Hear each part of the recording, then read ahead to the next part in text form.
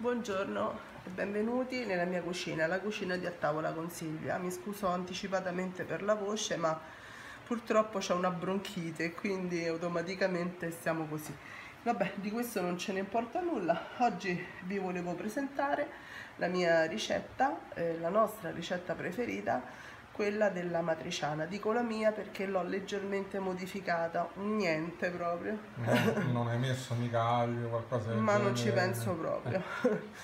Allora, l'unica modifica che io faccio è aggiungere uno schizzettino di aceto alla pancetta dopo che è soffritto, al guanciale dopo che è soffritto, e la passata di pomodoro anziché i pelati, che nella ricetta originale vanno messi pelati. Ecco qui, questa è l'unica modifica che Questa faccio. è colpa mia che non sopporto i pelati. Esattamente, aiutami con la voce oggi perché io sto proprio male. Va bene. Ok, dicevamo del guanciale, Tanto guanciale. tanto guanciale, sono circa 3 etti di guanciale, ne metto sempre un pochino di più, in realtà ne bastano 2 etti, ma io ne metto un pochino di più perché facendo più sugo magari me ne avanza un po' e lo metto da parte nel freezer. Mi raccomando, Poi con tanto guanciale viene meglio la scarpetta. Quindi... certo, mi raccomando, il guanciale deve essere buono, non un guanciale proprio preso così chissà dove, possibilmente quello al pepe, al peperoncino, ma che siano di buona fattura. E se trovate quello affumicato al legno di quercia, poi sarebbe proprio il non plus ultra, però vabbè, ci accontentiamo di questo anche che non è affumicato. Un pezzettino di peperoncino, ora vi faccio vedere poi sui fornelli, perché mo qui sta sulla tavola. Una volta che è soffritto il guanciale, metterò uno schizzetto di aceto, aggiungerò del sale, metterò il pomodoro e andrò avanti così per circa una mezz'ora. Vi faccio vedere. Andiamo ai fornelli. Ecco qua, siamo sui fornelli. Come vedete non ho messo olio perché con tutto il grasso del guanciale certo non serve, anche perché negli anni ho scoperto che non è l'unto bisunto che aiuta a fare il sapore tra virgolette del piatto, ma è la qualità degli ingredienti che uno inserisce. Noi l'abbiamo messo a fuoco alto, vero? Assolutamente sì, deve sfregolare a fuoco alto in maniera che diventa bella dorata e croccante in poco tempo. Come vedete non c'è assolutissimamente bisogno di olio, se mettete una padella antiaderente da sé esce fuori il grasso del maiale. Ditemi se questo non è il rumore più bello che esista. Mi sono girata per tossire ovviamente.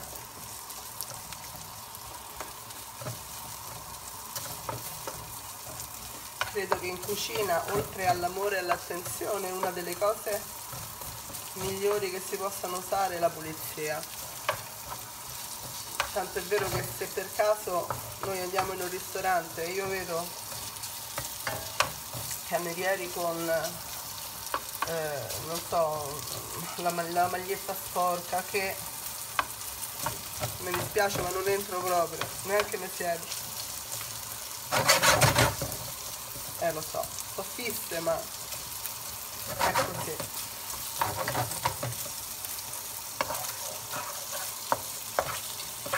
Vedete?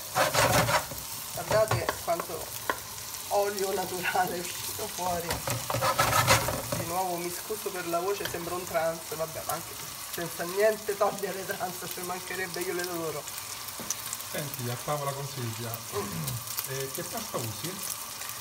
Devo dire la marca o No, il formato? il formato. Ma assolutamente gli spaghettoni. Pasta lunga. Pasta lunga, certamente sì. Ci stanno bene anche i rigatoni, per carità, però E non un bucatino? il bucatino è antipatico. Fischia il bucatino. Fischia. Certo che andrebbe il bucatino. Il bucatino alla matriciana è proprio il classico, ma sai com'è? A parte che schizza dappertutto e sporca di tutto, sporca le magliette e la tovaglia, quindi... E poi le devo pulire io. È lui, vedete? Non c'è proprio bisogno d'olio, ce n'è tantissimo, anzi forse anche troppo per i miei gusti. Ok, ora che la pancetta, tagliargli questa pancetta, scusate ma oggi ho un po' di febbre anche, quindi sto un po', dicevo, adesso che il guanciale è quasi rotolato del tutto, io ci metto uno schizzetto di aceto, guardate che fa.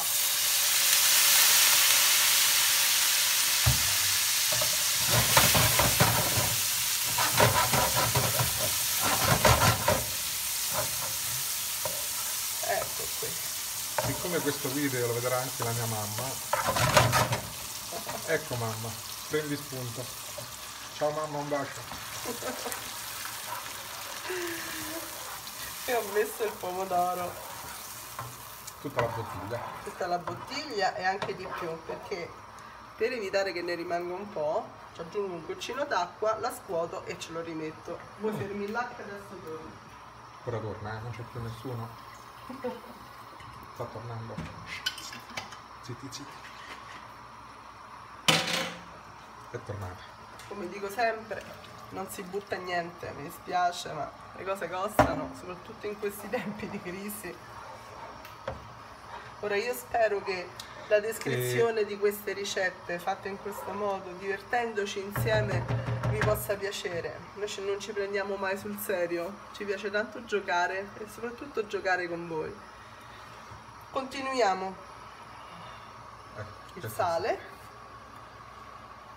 2 pizzichi, poi dopo assaggeremo per sentire come sta. Nell'eventualità aggiungeremo un po' di peperoncino, un po' di sale, secondo il vostro piacimento. Io di solito ce ne metto un pezzetto, ma deve essere bello piccante. Il famoso QB, sì, che non è 4 bicchieri di sale, ma quanto basta. Oh. Ecco qui. Adesso lo copro, lascio appena uno sfiato laterale in maniera che cambio il fornello, lo metto a quello più basso perché sennò mi si brucia. Ecco qui, metto il coperchio. Non appena lo troviamo mettiamo il coperchio, giuro. I miei coperchi piccolissimi, quelli proprio da osteria. Li lasciamo così per circa mezz'ora, poi andremo a riassaggiare. Ci sentiamo dopo. Ciao. Ci vediamo dopo. Ciao ciao. È pronto, abbiamo messo gli spaghetti invece dei famosi bucatini, ecco qui.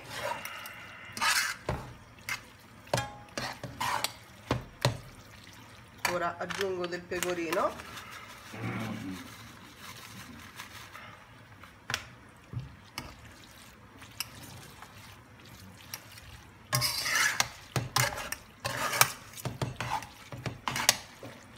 ecco fatto. La matriciana è pronta, ora andiamo ad impiattare, ci vediamo tra un po'.